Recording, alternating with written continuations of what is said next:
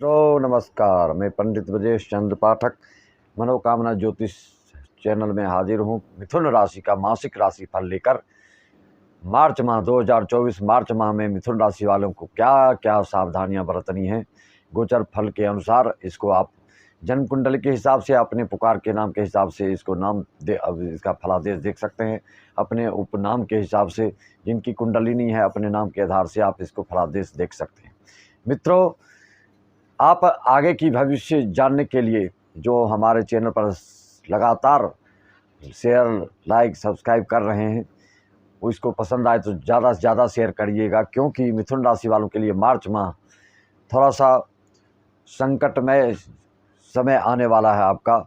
और किस किस क्षेत्र से सावधानी आपको बरतनी है उसको आप समझें। सर्वप्रथम सभी दर्शकों को, श्रोताओं को नंदन अभिनंदन नमन कि आप मिथुन राशि वालों की गोचर के हिसाब से आप जानते हैं शनि, गुरु, केतु, राहु को देखा जाता है। तो गोचरीय दृष्टिकोण से आपके नवम भाव में शनि, दसम भाव में राहु और एकादश भाव में गुरु बैठे हैं।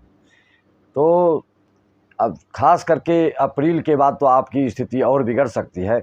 वर्तमान में शनि महाराज आपके नवम भाव में हैं और कल से 13 तारीख से सूर्य कुंभ राशि में प्रवेश कर रहे हैं 3:43 में।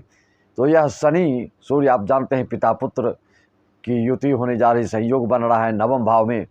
दोनों के नवम भाव में होने से कल से आपके भाग्य से संबंधित किसी तरह का कारोबार, रोजगार, व्यवसाय, नौकरी कहीं अप्लाई किए होंगे या धार्मिक अनुष्ठान संबंधित कोई पूर्व नियोजित पहले से सोच रहे होंगे, तो उसमें आपका किन कर्तव्य विमूढ़ जैसी अवस्था बनेगी, दुविधात्मक स्थिति बन सकती है, अनिर्णय की स्थिति से आपको सामना करना पड़ सकता है और भाग्य से संबंधित चुनौतियों का सामना करना पड़ सकता है। मित्रों, आप जानते हैं कि शनि की दृष्टियां होती हैं, तीसरी दृष्टि, सातवीं दृष्टि, 10वीं दृष्टि। तो तीसरी दृष्टि इनकी अच्छी नहीं मानी गई है। तो नौवें स्थान में, भाग्य स्थान में शनि बैठ करके आपके आय भाव को देख रहे हैं। तो आय में ये किसी न किसी प्रकार के विघ्न बाधा दे सकते हैं। जो संभावित आय आपको लग रहा था उसमें रुकावट, अवरोध हो सकता है आपके साथ। इसके लिए आप शनि के उपाय करेंगे। और मिथुन राशि वालों को आप जानते हैं कि वायु तत्व की राशि, पश्चिम दिशा का प्रतिनिधित्व करने वाली राशि, और ये इन राशि वालों को अगर आपकी कुंडली में बुध कमज़ोर है तो उसके क्या लक्षण हो सकते हैं, बुध कमज़ोर है तो आपको क्या क्या परहेज़ करना चाहिए, वो घर की गतिविधि में क्या सावधानी रखना है, उसको भी हम बताएंगे। इसको स्पष्ट रूप से अगर आप ध्यान देकर सुनेंगे और ऐसा करेंगे तो संकट से, आपको आफत से, विपत्ति से, परेशानियों से आप बच सकते हैं। इसमें कोई दो मत की बात नहीं।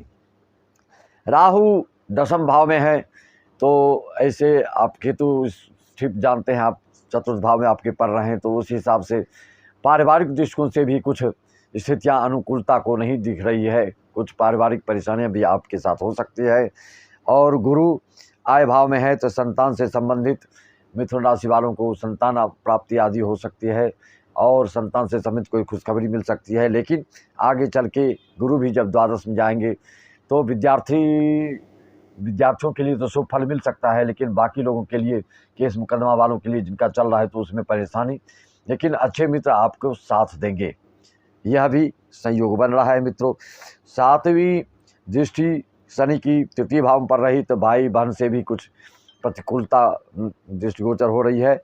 और 10वीं दृष्टि आपके शत्रु भाव पर पड़ रहा है तो शत्रु के लिए आपकी शनि की दृष्टि षष्ठम भाव पे पड़ रहा है। ऋण, रोग, व्याधि आदि से राहत तो मिलेगी, लेकिन परेशानी आय के लिए विशेष हो रहा है। पारिवारिक दृष्टिकोण से माहौल अनुकूलता को नहीं दिख रहा है, विपरीत दिख रहा है। और गुरु के पंचम दृष्टि आपके तृतीय भाव में पड़ रहा है, इधर राहु की, इधर शनि की भी दृष्टि पड़ रही है। तो इस हिसाब से मिला जुला फल रहेगा अपने सुहित जन से, भाई बहन से। अगर आपके सम राशि हैं तृतीय भाव में तो बहन के लिए कष्टकारी सिद्ध हो सकता है। अगर विषम राशि है तो भाई के लिए थोड़ा सा दिक्कत हो सकता है। सम विषम राशि आप जानते हैं, जैसे 1, 3, 7, 9 ये सब सम राशि है, विषम राशि हैं। और 7 और सम राशि 2, 4, 6, 8 इसको सम राशि बोलते हैं। इस हिसाब से अपनी कुंडली को देख के आप इसका अनुमान लगा सकते हैं। मित्रों, हम मिथुन राशि वालों के मार्च में कैसा जा गया। बुध आपके सर्वप्रथम अपनी कुंडली में ध्यान देंगे।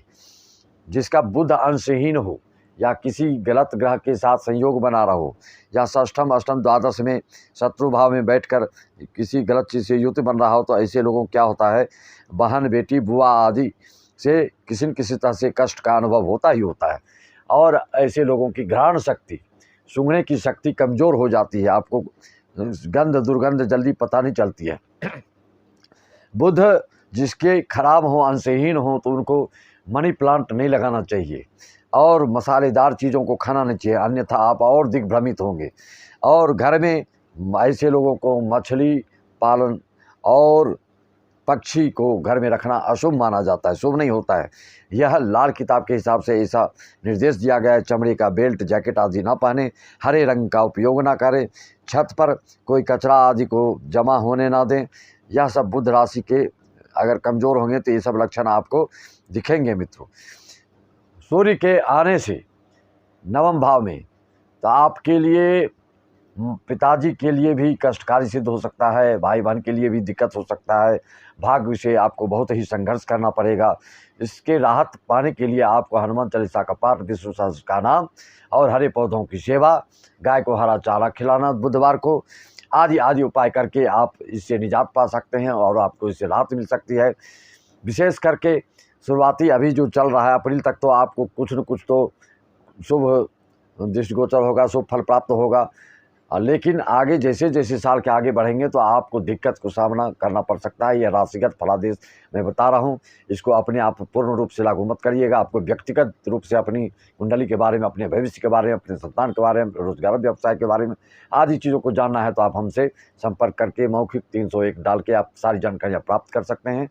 पूर्ण जानकारी आपको 1501 रुपये में कुरियर के द्वारा प्राप्त हो जाता है। ऑनलाइन पूजा की व्यवस्था है हमारे यहाँ विद्वान पंडितों के द्वारा, जो निर्व्यसनीय है, ना तंबाकू राशि गुटखा आदि कुछ नहीं खाते हैं, ऐसे पंडितों के द्वारा आपका अनुष्ठान संपन्न होता है और उसका वीडियो आपको मिलता है। ऑनलाइन पूजा संपूर्ण पूरे अमेरिका, नेपाल, जापान कहीं से भी आप करा सकते हैं। मित्रों, भारत के तो करा ही सकते हैं। बड़ी पूजा हो तो आप अपने यहाँ बुला भी सकते हैं, हम और राज्यों में भी जाते हैं। बड़े बड़े कार्यक्रम हो, आपके भागवत, शिव पुराण, देवी भागवत, महामृत्युंजय, बड़े कार्यक्रम के लिए आप बुलाएंगे तो हम आ भी सकते हैं। छोटे कार्यक्रम ऑनलाइन ही पूजा हम संपन्न कराते हैं। सभी को राम राम, जय श्री राम। आप बुध के लिए पन्ना कमज़ोर है तो अवश्य धारण कर लें। मिथुन लग्न हो या पंचमेश हो या नवमेश हो तो आप अवश्य पन्ना धारण करें। बस इसी वाणी के साथ मैं अपनी वाणी को विराम देता हूं। जय श्री